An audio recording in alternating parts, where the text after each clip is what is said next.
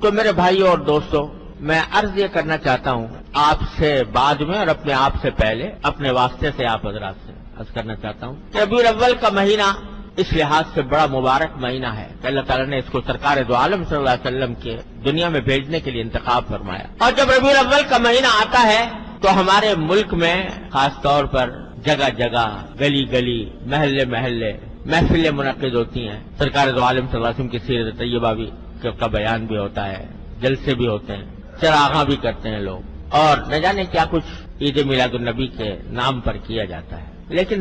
ہم سب کے سوچنے کی بات یہ ہے کہ یہ ہم کب سے یہ کام کرتے چلے آ رہے ہیں۔ سوچنے کی بات یہ ہے کہ آیا ان رسمی کارروائیوں کے بعد کیا ہماری زندگی میں کوئی تبدیلی آتی ہے؟ اتنے جلسے ہو گئے، اتنی تقریریں ہو گئی، اتنی محفلیں منعقد ہو گئی، اتنی نعتیں پڑھی گئی، اتنے درود و سلام ہوئے، الحمدللہ حضور اقدس صلی اللہ علیہ وسلم پر ایک مرتبہ درود شریف کوئی بھیج دے تو اللہ تعالیٰ اس کے اوپر 10 رحمتیں نازل فرماتے ہیں۔ اللہ تبارک و تعالیٰ ہم سب کو توفیق عطا فرمائے۔ لیکن سوال یہ ہے کہ یہ سب کچھ ہونے کے بعد کیا ہماری زندگی میں کوئی تبدیلی آتی ہے؟ کیا ایسا ہوتا ہے کہ ان کارروائیوں سے پہلے ہم کسی سنت سے محروم تھے اور اب ان کارروائیوں کے بعد کسی سنت پر عمل کرنے کی توفیق ہو گئی؟ اگر اس سوال کا جواب ہم اپنے گریبانوں میں منہ ڈال کر دیکھیں تو بظاہر اکثر و بیشتر اس کا جواب نفی ہی میں ملے گا۔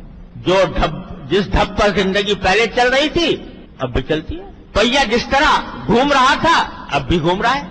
پہلے اگر سرکار دو عالم صلی اللہ علیہ وسلم کی سنتوں کی اتباع کی فکر نہیں تھی اب بھی نہیں، تو بتائیے کہ آیا اس بات سے سرکار دو عالم صلی اللہ علیہ وسلم خوش ہوں گے کہ میری امت کے لوگوں نے میری تعریفیں تو بہت کر لی، لیکن کیا میں جس کام کے لیے آیا تھا اور جو پیغام میں لے کر آیا تھا،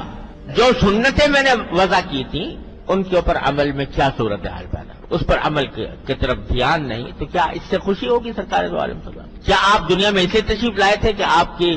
تعریف میں قصیدے پڑھے جائیں؟ آپ کو تو پیشکش ہوئی تھی کہ اگر آپ چاہیں تو دنیا کا سارا مال و دولت آپ کے قدموں میں ڈھیر کر دیا جائے، اگر آپ چاہیں سردار بننا چاہیں تو ہم سب متفقہ طور پر آپ کو سردار بنانے کے لیے تیار ہیں، اگر آپ کو حسن و جمال کی خواہش ہے تو دنیا کا منتخب حسن و جمال آپ کی خدمت میں پیش کر دیا جائے، ساری پیشکش کر دی گئی تھی، مگر آپ اپنے اس پیغام سے، اپنی اس تعلیم سے باز آ جائیں۔ سرکار دو عالم صلی اللہ علیہ وسلم جواب میں کیا فرمایا تھا کہ اگر میرے ایک ہاتھ میں آفتاب اور ایک ہاتھ میں مہتاب بھی دے دو گے تو میں اپنے اس دین کی اس تبلیغ سے باز نہیں آ سکتا۔ سرکار دو عالم صلی اللہ علیہ وسلم اگر محض تعریف ہی کرانی ہوتی تو وہ اس وقت پیغام قبول کر لیتے۔ تو ہم سب کے سوچنے کی بات یہ ہے کہ آیا ان ربیع الاول کے مہینے کے آنے کے بعد ہم سرکار دو عالم صلی اللہ علیہ وسلم کی تعلیمات پر عمل میں کوئی ہمارے ترقی ہوتی ہے؟ بلکہ افسوسناک بات یہ ہے کہ حضور اقدس صلی اللہ علیہ وسلم کی سیرت طیبہ کے نام پر ہم وہ کام کرتے ہیں جو سرکار دو عالم صلی اللہ علیہ وسلم نے جن کی ممانعت فرمائی، جو ناجائز قرار دیے، جو شریعت میں ناجائز۔ سیرت النبی کا جلسہ ہو رہا ہے اور اس کے اندر نمازیں فوت ہو رہی، اس کے انتظام میں، جلسے کے انتظام میں، جلوس کے انتظام میں نمازیں جا رہی ہیں۔ وہ نماز جو بستر مرگ پر بھی معاف نہیں ہے، وہ نماز چھوٹ رہی ہے، جماعت چھوٹ رہی ہے۔ اور آج اب تو یہ ہونے لگا ہے کہ مخلوط مرد و عورت کی ملی جلی نشستیں سیرت النبی کے نام پر، مرد بھی ہیں اور عورتیں بھی بے پردہ بناؤ سنگار کر کے اس محفل میں موجود ہیں، جس کو مٹانے کے لیے سرکار دو عالم صلی اللہ علیہ وسلم تشریف لائے تھے، وہ حضور کے نام پر ہو رہا ہے۔ اور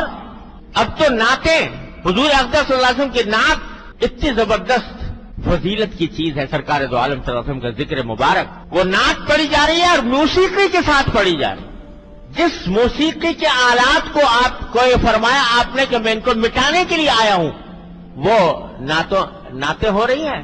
حضور کی بظاہر تعریف بیان ہو رہی ہے اور میوزک کے ساتھ ہو رہی ہے، موسیقی کے ساتھ ہو رہی ہے۔ تو بتائیے یہ سرکار دو عالم صلی اللہ علیہ وسلم کی سیرت کے ساتھ کون سا انصاف ہے؟ یہ کتنا بڑا ظلم، کتنی بڑی دھاندلی ہے کہ سرکار دو عالم صلی اللہ علیہ وسلم کی تعلیمات کو پامال کر کے کہا جائے کہ ہم سرکار دو عالم صلی اللہ علیہ وسلم کی سیرت بیان کر رہے ہیں یا آپ کی نعت بیان کر رہے ہیں۔ تو میرے بھائی اور دوستو، ربیع الاول کا پیغام یہ ہے کہ ان رسمی کارروائیوں میں پڑھنے کے بجائے یہ دیکھو اگر واقعی سرکار دو عالم صلی اللہ علیہ وسلم کے ساتھ محبت کا دعویٰ ہے، اگر واقعتاً سرکار دو عالم صلی اللہ علیہ وسلم کے امتی ہو تو کم از کم اس مہینے میں اتنا جائزہ لے لو کہ سرکار دو عالم صلی اللہ علیہ وسلم کی کون سی سنت پر ہم عمل کرتے ہیں اور کون سی پہ عمل نہیں کرتے، جس پر نہیں کرتے اس کے اوپر اب کرنے کی کوشش کرتے